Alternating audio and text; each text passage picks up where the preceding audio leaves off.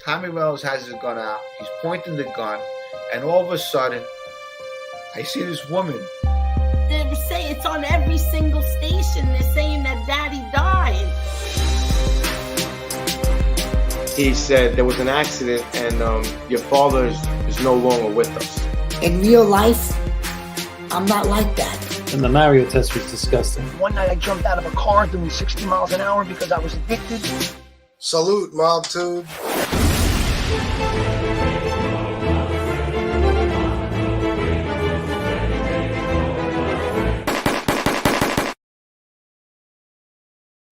Salute, Mob Tube. What is up? I like that Brock Lesnar introduction with the. Yeah, I got Jimmy Cirelli with me today. Happy New Year. Yes, Happy New Year. Jimmy called me earlier. He said he had something he wanted to discuss based on something he heard on Jimmy Calandra's show yesterday, thanks to everybody's friend Alphonse. So I'm going to let Jimmy get started. We're going to talk a little bit about Frank Gioia Jr. today. I don't know how many of you guys know about him. He was a soldier in the Lucchese family. He got inducted, I believe, in 1991. And Jimmy has a story or two about him. Yeah. So you want to get started, Jimmy? Yeah, sure. Okay. What's going on, everybody? A quick shout out to Brooklyn 17. My man. Not bad. Cool person. What's going on? Yeah, Frank Gioia Jr., DBA Frank Capri. Living in Arizona. Well, we'll get into that a little bit later, but you know where he's at now. Yeah. Frankie is and was my father's girlfriend's nephew. Lived in my father's building. His father was Frank Sr., mother was Debbie, sister was Janine, younger than him. Then he moved out because the father got made. And when I moved in with my father, he took a liking to me. Tough guy, good-looking guy. And saved my butt 3 times. One time at a disco, I got jumped. He was there. And the one, if he didn't do what he did, I probably wouldn't be here right now. This is how serious it is. Shout out to my sister Marie. What's up? Marie can't join us because she's having moving situations. She's ready to relocate. So I'm doing. Hi, Marie. What's up, Marie? New Year. So okay, I believe it was 1986, 1987. Sunday night, I got a call from my I don't want to say his name, this other neighborhood kid. And he says, Frankie wants to, go out and have a couple of drinks. I didn't have any money. I said, I'm broke. It's on Frankie. Frankie just got a brand new BMW, this and that. So we went to Cafe Americana in the Village. And who was the barmaid, the bartender, was Jake LaMotta's daughter, Vicky LaMotta. And I was mesmerized. She was very attractive, very tiny. And I just started, at the bar talking to her and stuff. And Frankie was buying frozen kamikazes. And if you ever drank those, it is what it is. It hits you later on, like a Japanese fighter pilot. And I got ossified.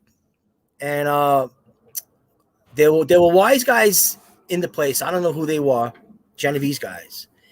And they went over to Frankie and they says, look, you got to get him out of here. He's insulting, Jake LaMotta's daughter. We can't have this. As they were getting me out, I went over to their jukebox. And with my left hand, I yelled my last name, Cirelli, and I punched the jukebox, broke the glass. Cut my hand all up. The watch I had on, busted in a million pieces. So he put me in his car, drove me back to Mulberry Street. And then I proceeded to go up this friend of my father's, this guy Sally Ear's house, apartment. He was he was a drug dealer. So I tried to get straightened out, figured I did a couple of lines, I would, sober up. Didn't happen. Stumbled home the next When you say you tried to get straightened out, you mean Sober. Yeah. All right, sounds like you're trying to get married. Don't ask me how I got home, Chris. I mean, I lived on Lafayette Street. It was right around the corner from where Sally had his apartment. And went upstairs and collapsed. Blood all over my hand. Don't ask me how I didn't get stitches. Blood on the pillow, this and that. And my father came home later. And the alcohol that was on my breath, it took over the whole apartment. The whole kitchen where I slept smelled like kamikazes, vodka, whatever else is made with that drink. He came home and he tried waking me up, he said, and I was out cold. I was dead. The next day, when he tried getting me up to go to work, I couldn't get up. And he was pissed. He wasn't happy. And he went into my jacket and he seen the watch. Now, this was a watch he got me for my graduation, custom made. Cost a pretty penny. Wasn't happy about that. He went down, and I got a call from the guy I was with, not Frankie, but the other guy, and he says, you don't know what you did. You're in a lot of trouble. He says, Frankie had to put up money. And I said, what are you talking about? He goes, you don't know what you did? I'm like, no. I said, my hand is all cut up. He says, you put your fist through this guy, Frankie Botts, wise guy. I don't know what his name is, last name is. Jukebox and at the bar last night. I says, well, who's Frankie Botts? He says, Jimmy, you don't want to know. He's a bad guy. So now he's captain in the Genovese family. You're in a lot of trouble. He says, I went to your uncle, my father's brother, and he put it on record in the Ravenite. I went, great. But maybe an hour or two later, phone rings. It's my father. He said, you're in trouble. He said, take a shower, put on something nice, slacks and a shirt and pants, and come to Uncle Mikey's, the Ravenite. All right. Went, walked in. There was my father. I think his uncle was alive at the time, Mike Cirelli. Sammy Gavana was in the Ravenite. I remember I told you the story that he was behind the bar drinking a Pepsi. That was that day that he was there. But he didn't say nothing. He didn't get involved, nothing. You know, he was just doing what he was doing, and then he left after that. And these two gentlemen from the Genovese, I don't know what their names were. They were there, and my father was. I was sitting down. My father was facing me, pissed off, and he's like, "Okay, this is what happened." He said, "We got a problem here," and they were talking, and they says, "How we're gonna rectify this is you're not allowed on the west side anymore, and we don't even want you in this neighborhood." And they weren't from Mulberry Street; they were from the village. My father's, just standing there. And my father wasn't a maid guy, he was an associate. And he's like, "Don't say nothing. Just keep your mouth shut." I sat there and they said, "Here's what's going to happen. We understand that you have a mother that lives in Long Island." I'm like, "Yeah." He said, "Okay. On the weekends, starting this weekend," he said, "go there. And for 6 months, we don't want to see you, hear you, nothing." And my father was shaking his head. He goes, "Okay, I'm making arrangements with my ex-wife to have him go there this weekend." He said, "But here's the thing." Now, I was working on 23rd Street at the time, Carpenter's benefit funds. He says, "Don't come back to your neighborhood and get your clothes and leave to go to Penn Station from downtown." He goes, "On 23rd Street, bring your bag of clothes, whatever, at your office, and just leave from there. And that's it. And come back Sunday night. We don't want to see you, Friday, Saturday, this and that, anywhere. This is how serious this is." What they were really upset about is that I was insulting Jake LaMotta's daughter. What I said to this woman, I have no idea, but it was pretty bad. So my father's like, okay, giving me the faces, this and that. And so they leave, this and that, and I didn't say anything, kept my mouth shut. And They said, okay, it's it's settled. Yeah. So he calls my mother up, tells my mother what happened. And I didn't speak to my mother at that time for like 2 years because my mother remarried this jerk and I got thrown out of the house. I think I told you that story. And I get on the phone and she's like, okay, all right, your father told me what happened. My father gives me $1,000 to give to my mother for food and whatever incidentals for 6 months. And he's like, I don't want to know nothing. As soon as you get there, I'm going to call your mother. I don't want it to be $990, $995. I want the $1,000 in your mother's hand. I don't want to hear that you bought a pack of gum, whatever, the whole amount. So I go and I give my mother the money. Cincinnati. I get a speech, talking. And my older brother is there, my brother Joseph. And he was an alcoholic and this and that. And he's playing it up, this and that, thinking that it was funny. It wasn't funny, in my regards. So she counts the money, calls my father, and he says, is it all there? Yeah. He goes, you know what I want you to do? Alice, that was my mother's name. Go through his bag and go through his pants, anything with a zipper in it, and see if he brought any surprises there. She goes, what do you mean? See if he brought any drugs, pot, coke, whatever. Sure enough, in one of my shirts, the zipper in the front, I had a bag of pot. She opens it up and she's like, Junior, I found, he goes, what'd you find? She goes, pot. He goes, I'm not worried about that. He goes, as long as it was the other thing. She throws it to my brother and he's like, Ma, instead of dumping it down the toilet, I'll take it. And I'm sitting there, I'm like, we started going at each other, verbally. So, and she tells me, she's, look, okay, I'm not here to clean up after you. I am not here to get you out of trouble. He says, you're here for the next 6 months on the weekends, and this money is going to last. I'm going to stretch it out. I said, fine. So then I went back to the neighborhood Sunday, 5, 6 o'clock. I took the train back, and my friend calls me up, and he says, meet me on Spring and Mott corner. And he's like, you got in trouble, right? I says, yeah, I got in trouble.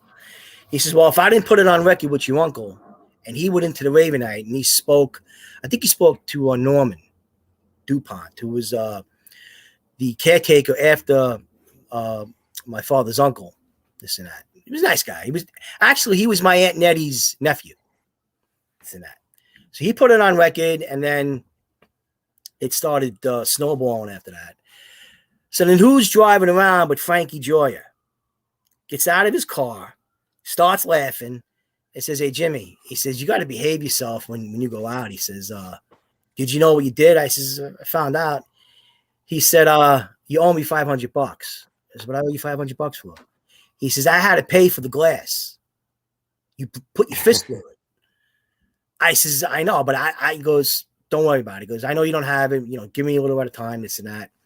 He says, but what you were saying to this girl, he says, you're lucky. You're lucky that if I would have left you there, Jimmy, you would have been dead. These guys would have probably taken you in the back and probably shot you in the head or something. That's how bad this was. This and that. He says, well, what's going on? I said, well, I'm banned to Long Island for the next 6 months on the weekends. I can't stay in the neighborhood. I got to leave Friday from work, take the train, come back Sunday around this time. He goes, you got lucky. This and that. So he leaves. I go home. My father comes upstairs and he's like, I want to talk to you about this Frankie. He said, he's no good. He says, nobody likes him. He said, even Anna, my father's girlfriend, that's her nephew. She doesn't like him. Her sister's daughter, that's her son. And the grandmother doesn't particularly like him. Frankie was a tough guy, but he used to, if you looked at him the wrong way, he'll smack you in the face. And that's just how he was. Bad temper. But for some reason, he took a liking to me. I don't know why. So he says, look, he says, you owe him money, right? I says, yeah. He goes, how much you owe him? I says, $500. He goes, okay. Go in the bathroom because my father kept money. And they didn't want me to know where it was. Come out, gives me $300. He says, "You give him this tomorrow," meaning Frankie, "and I think he'll accept it, and he'll probably squash the other two." Right, Frankie the next day, and he accepted it, this and that. So then he was, he wasn't made then, but he was doing things. I know he was looking over a boss's son. I don't want to say the name, but he was from the West Side too, and they were good friends. He's still around. In fact, I think he's away also, and they were inseparable. Then I heard he started dealing junk, and I was shocked. Then he says to me, he says, "Look," he says, "I got a friend, this former Marine drill instructor, this black guy, Cliff. This guy was like 6'10", Chris. He was huge. Nice guy." Yeah. With his hands, lethal, this and that. He goes, he's been teaching me martial arts. So we go and meet, and he says to me, he goes, "Right, him and all your other friends that are, instead of them doing drugs, have them come to your building in the basement tomorrow, and I'll start teaching them karate." I looked at this guy. I says, "Are you kidding me?" I says, "I'm 5'4". What do you want? He says, "You just be there." And these other kids. Frankie, next day, comes, gets me, drives me to his building, Independence Plaza, and that's an area past Chinatown. Really nice area. In his basement, he set up mats, this and that. And he started showing us all, karate and stuff. And then Frankie became very good at it. Tough guy. One time, I don't know if you ever heard of the disco called Infernos. I think it was on 32nd and 8th or 30. It was an all-black disco. Yeah. I'm with my girlfriend at the time in the Village on Broadway. This is before this happened.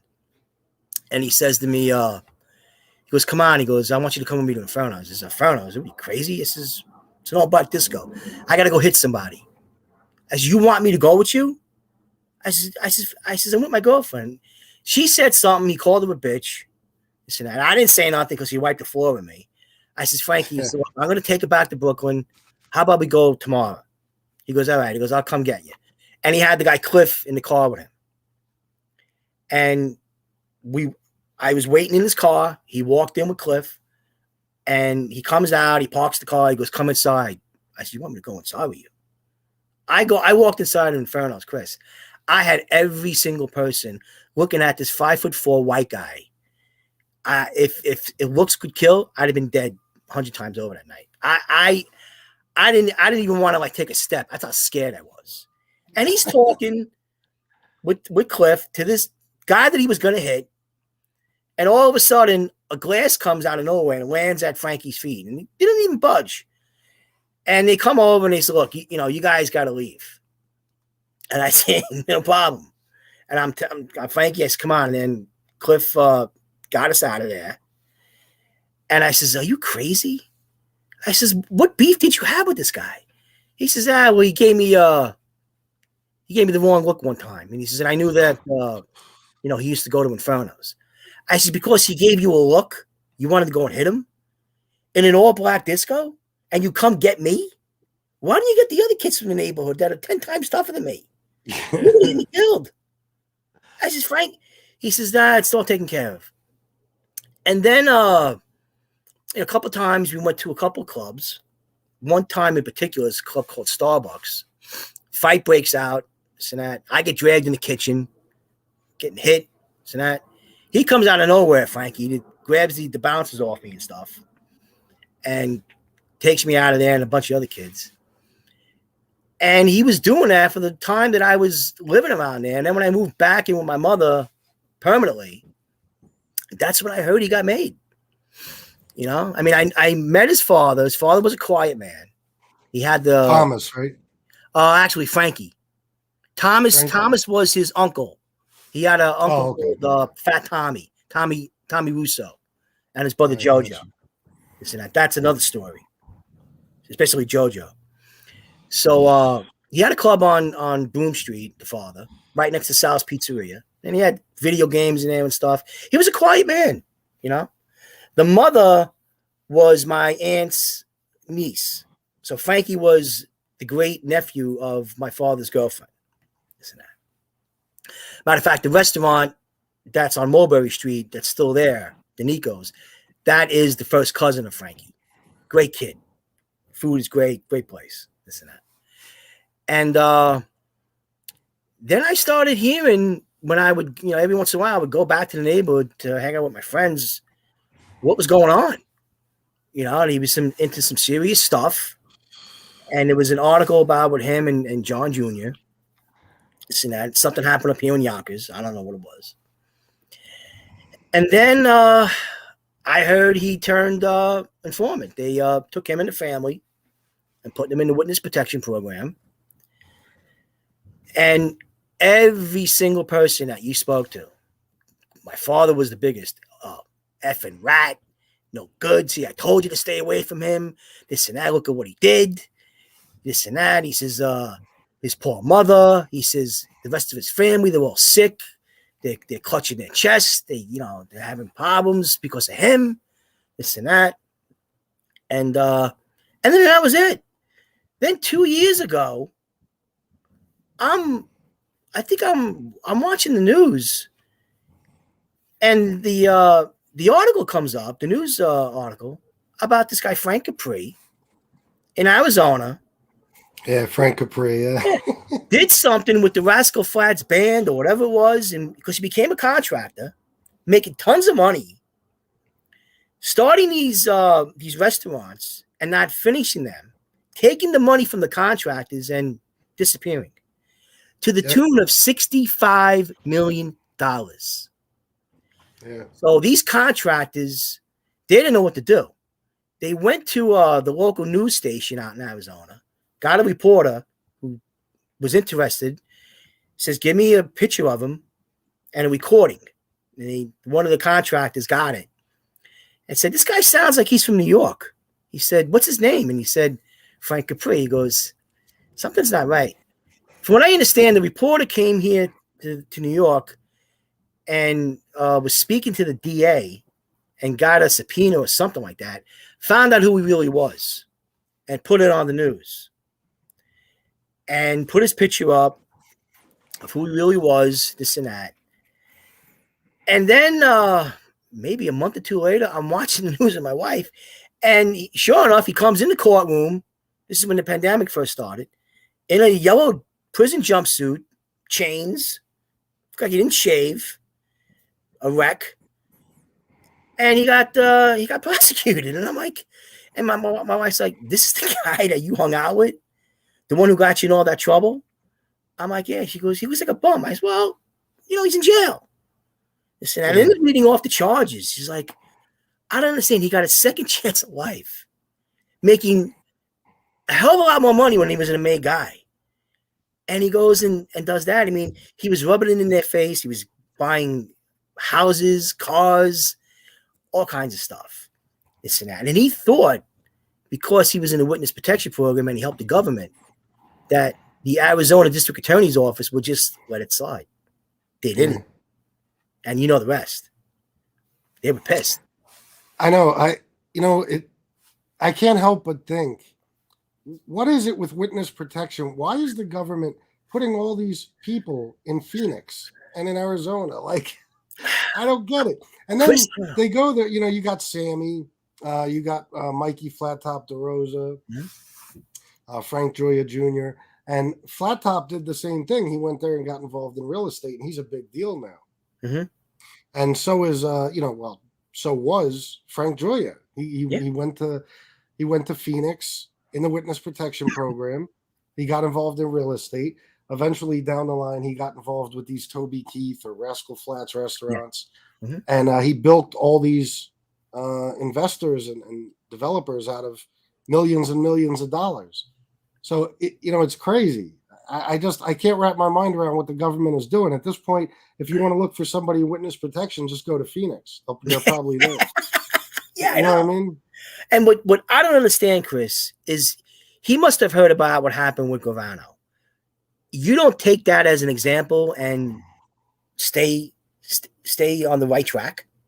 What are you doing?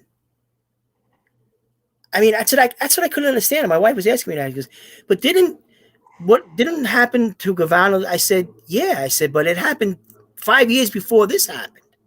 So he should have like realized, what am I doing? Eventually, I'm going to wind up getting caught.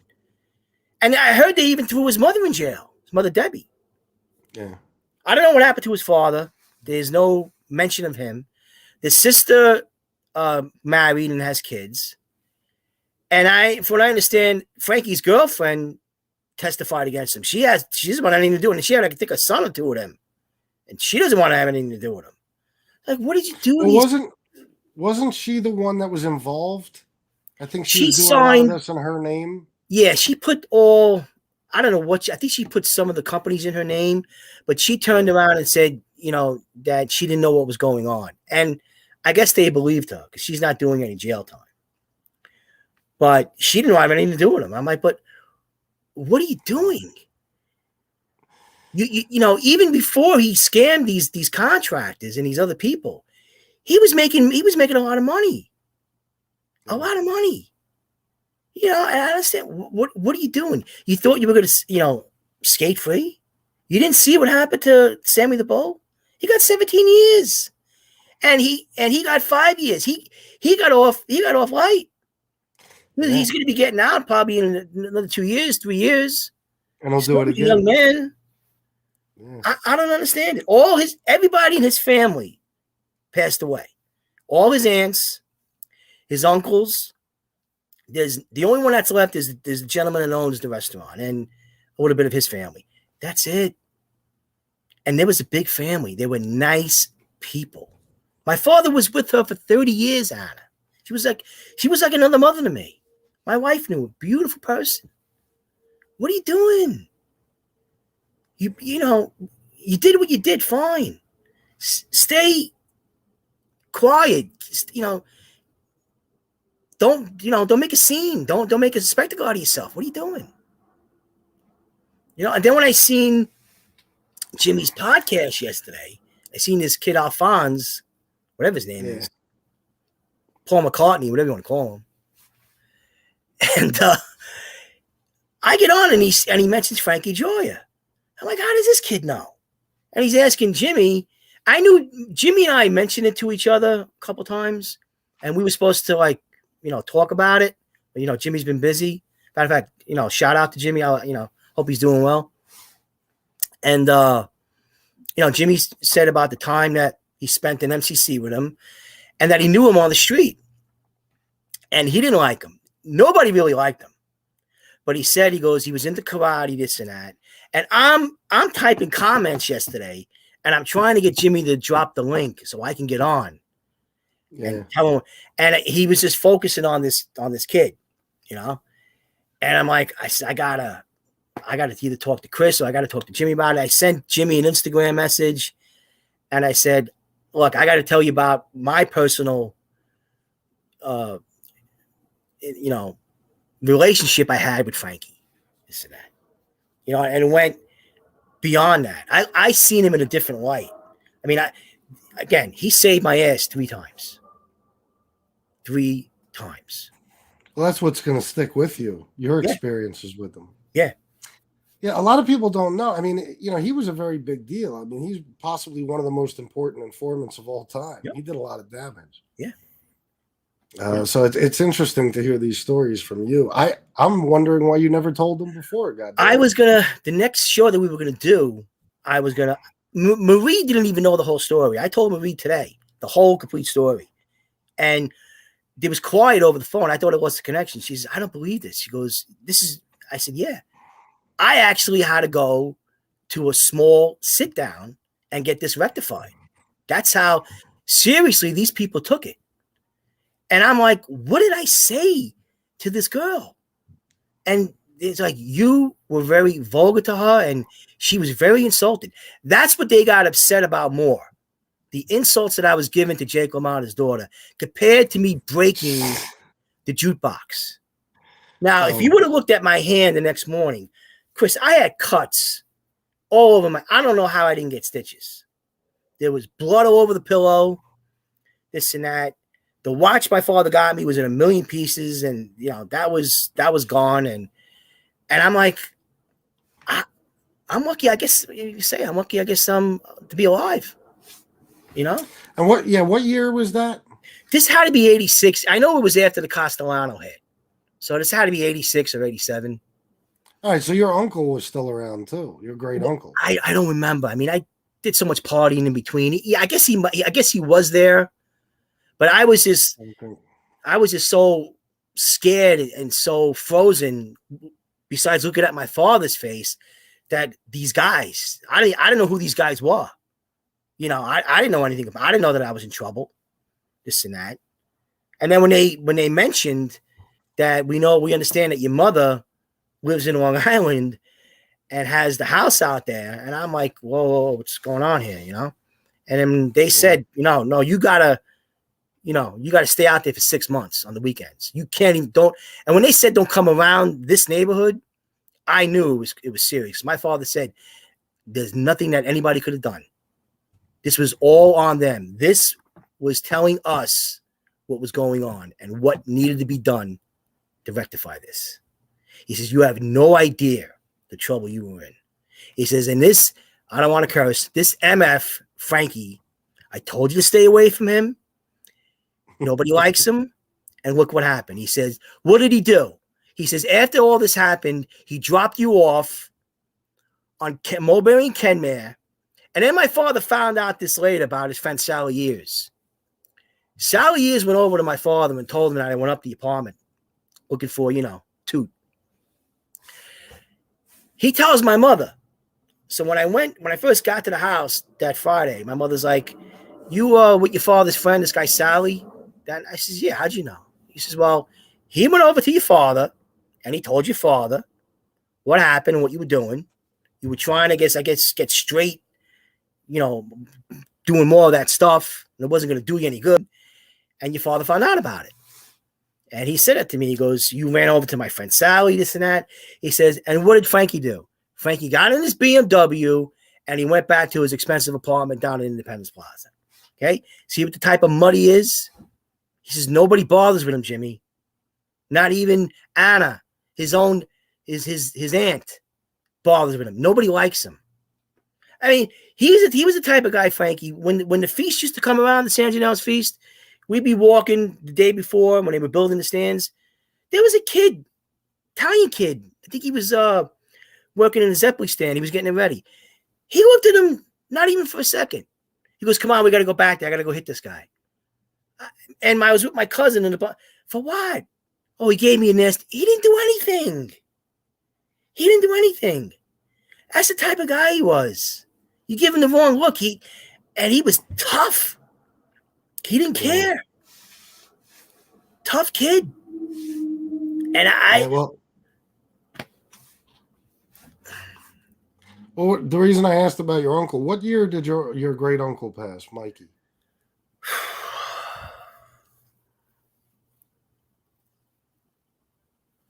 My grandmother died in 93.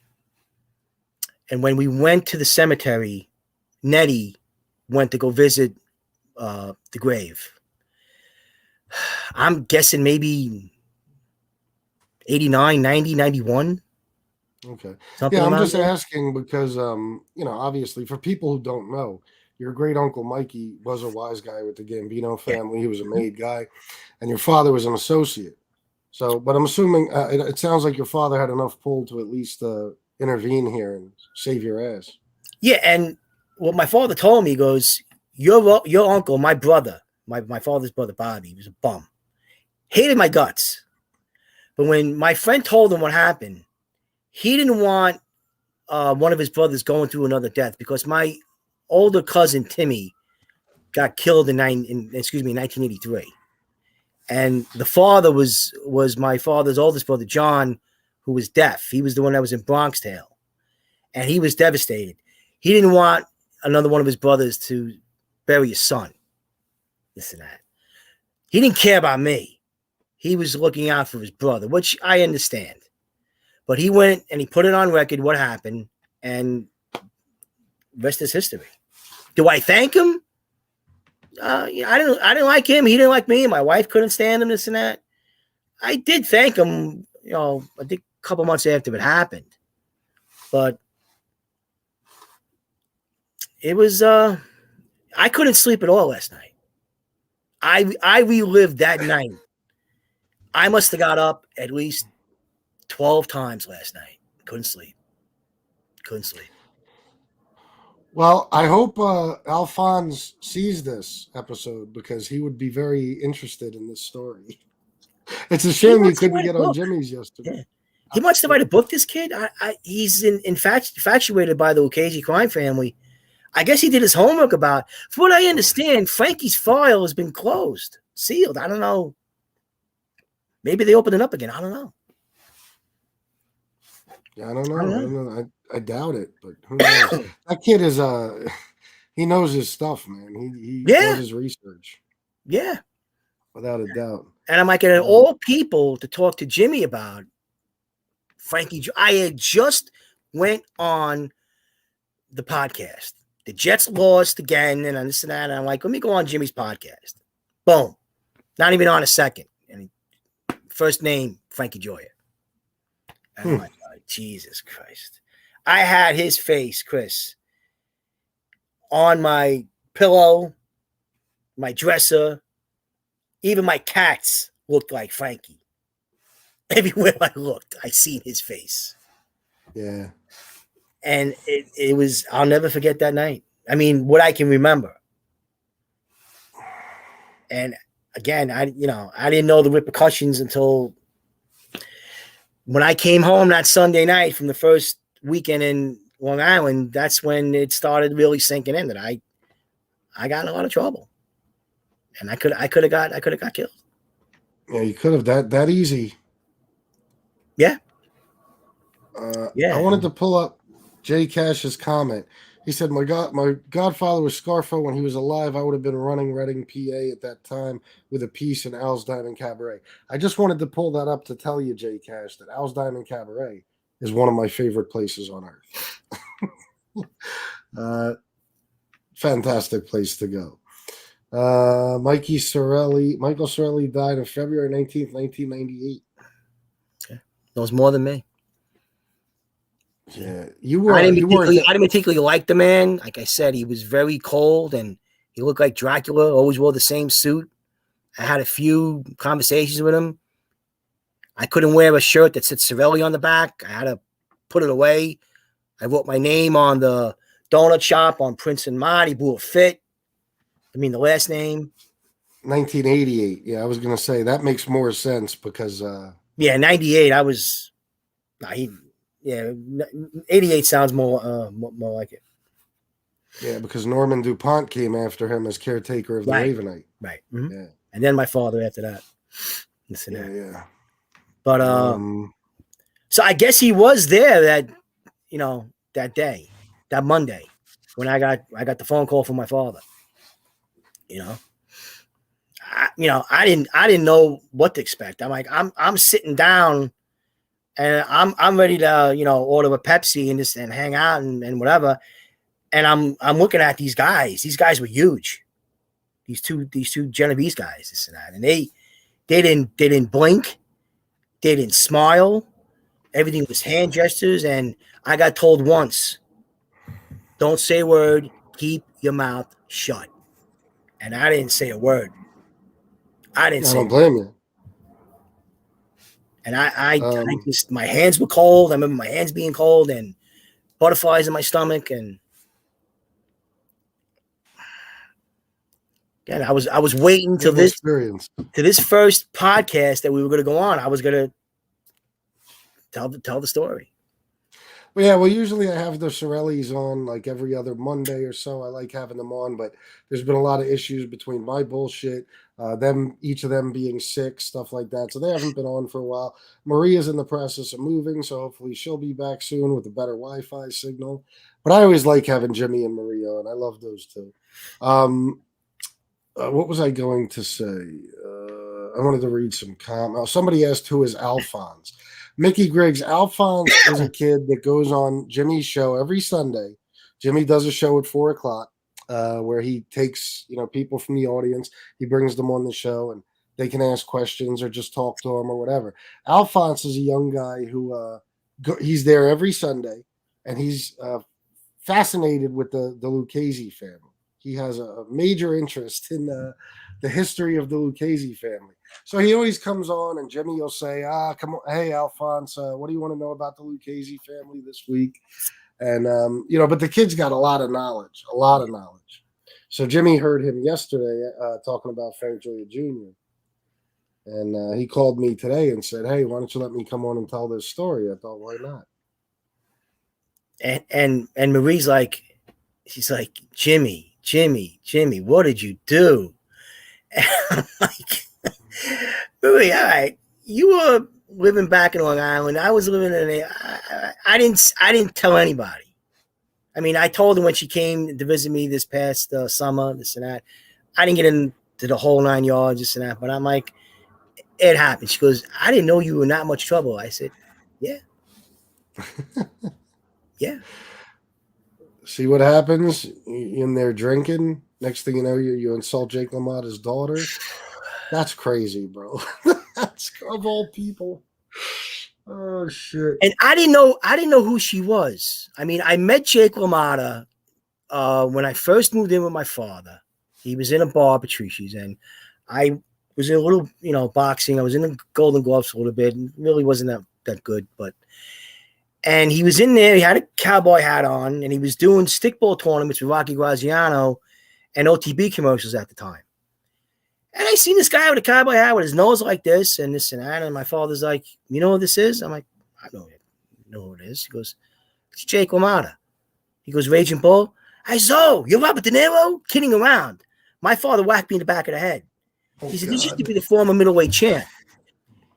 He takes his cigar lighter and he lights it and he puts it up. He goes, you're a good-looking kid. He said, look at my nose. Look. He goes, and then he takes out a picture of himself in his wallet. He was a good-looking guy when he was younger, Jake LaMotta. And he's like, don't do, and what happened to me. He says, I lost all my money. He said, my face is disfigured. I lost 3 wives. So now he goes, you've seen the movie. He goes, it's true. This and that. And then my father's sitting there nodding his head, this and that. And he goes, all right. He says, nice to meet you, this and that. And then I left. Then when I got married, I seen him at Yankee Stadium. They had him on the Diamond Vision. I grabbed my wife's camera and the scorecard, and I went over to him, and he was with his son. Now, from what I understand, his son died in 9/11, and they had their own tomato sauce called LaMotta Tomata. This and that.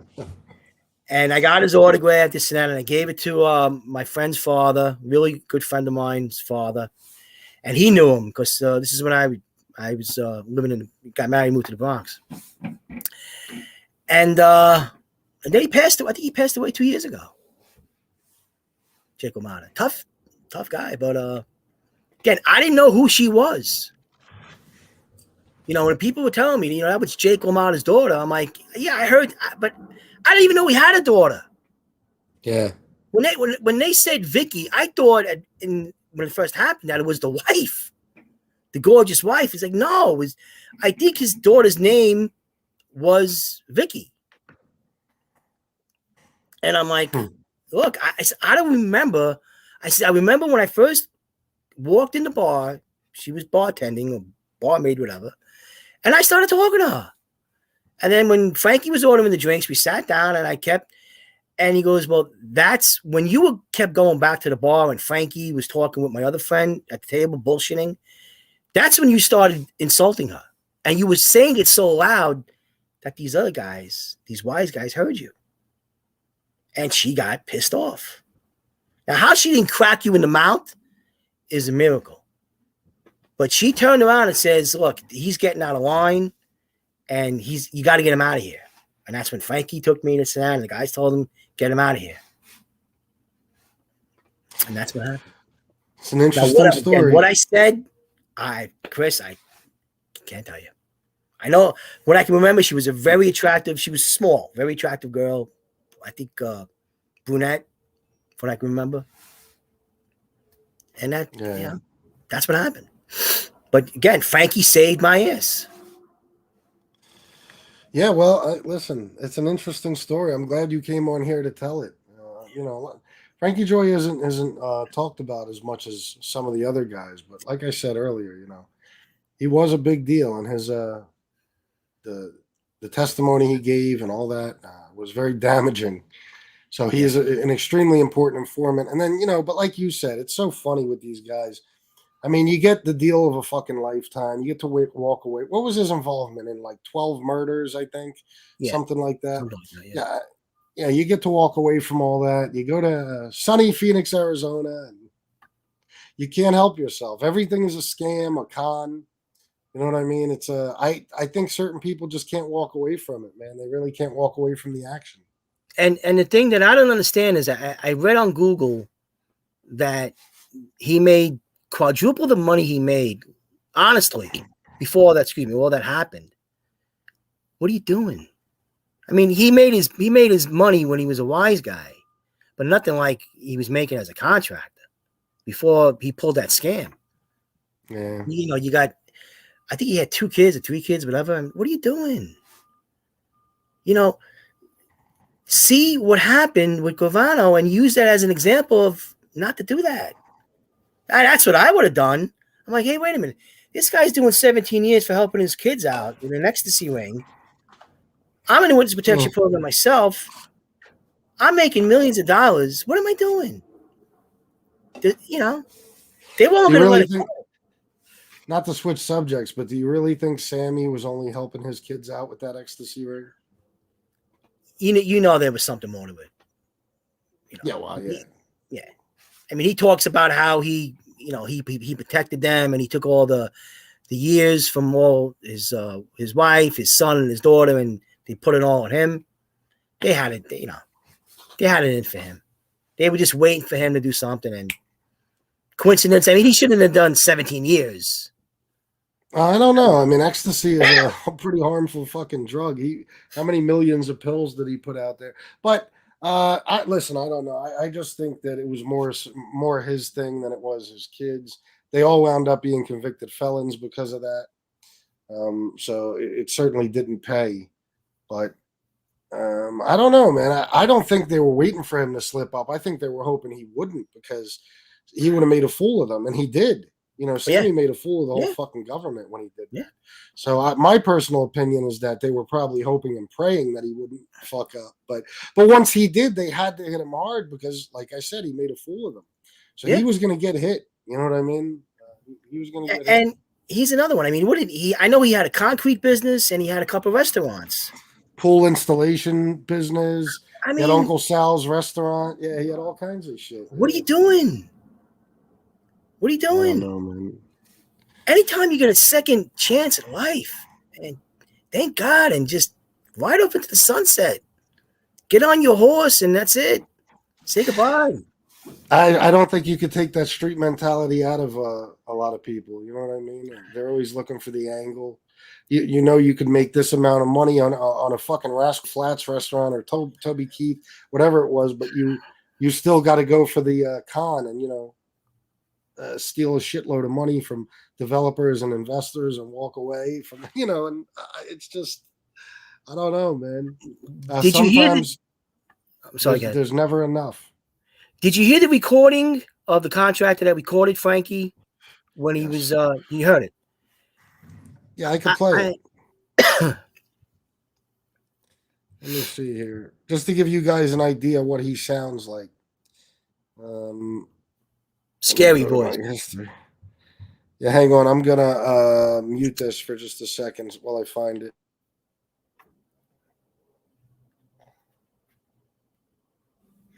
Excuse me.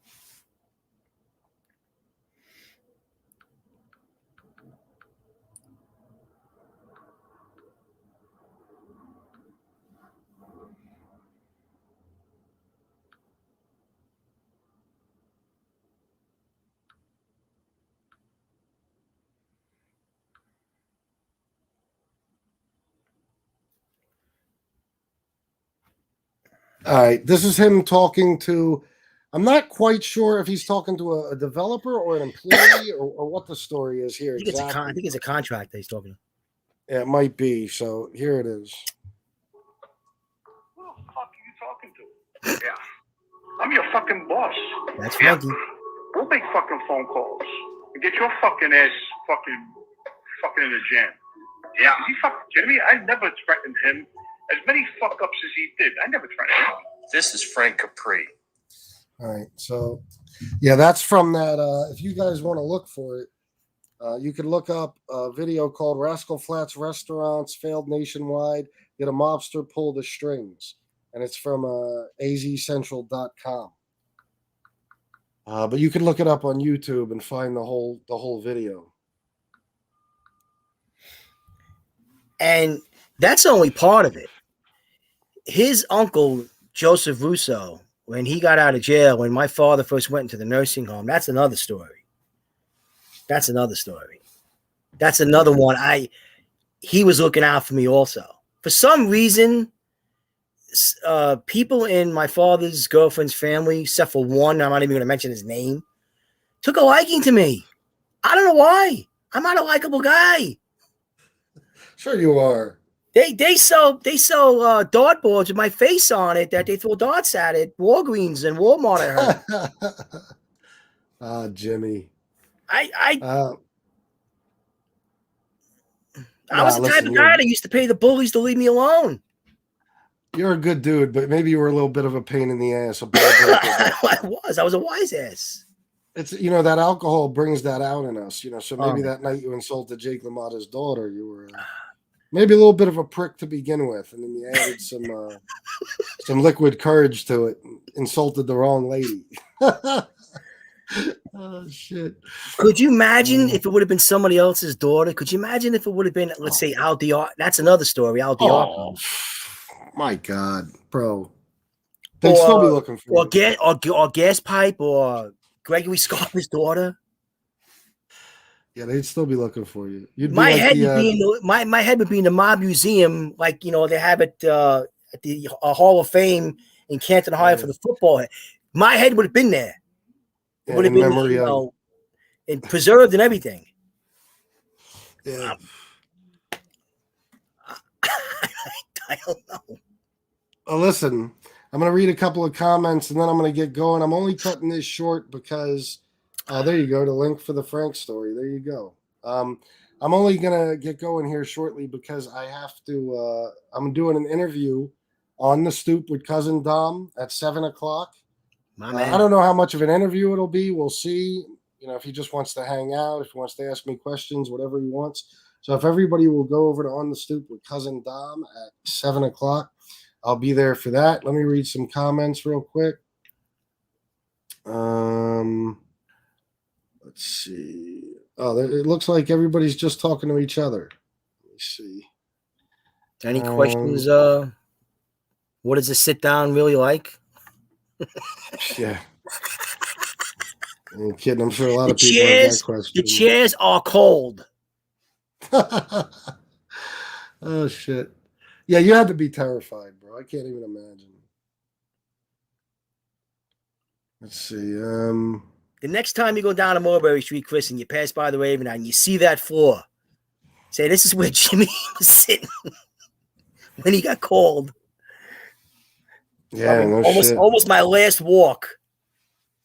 Or my last sitting down. It definitely could have been stressful, maybe. Yeah, I'll say. To say the Jimmy, least. what do you think of Benito 1?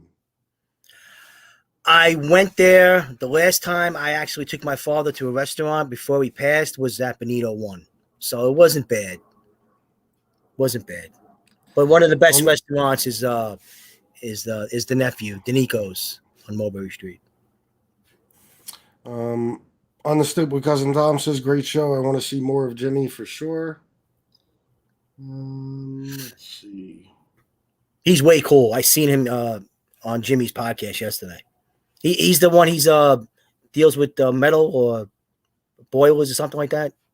No. That's Let's Get Mikey. Oh. Yeah, different guy. I think I seen him talk. Mikey's great. Mike, I was peeing. He's a good guy. Miss Can't Be Wrong got your name wrong, but I didn't think she could be wrong. Jimmy, actually. She wants to know, Jimmy, did you get to speak on your own behalf? No, I was told to keep my mouth shut. Yeah. Well, that's usually how it goes, right? I mean, and that was speak it for you. Not even my father said that many words. They did all the talking. They did all the talking. And I wasn't like, not that I was schooled and like with Mike Fent, she said how, you know, he didn't say anything to me. He just said, take a shower, put on slacks, shirt, and pair of shoes, and come to Uncle Mikey's. And that's all he said to me. I had no idea what was going on. No idea what was going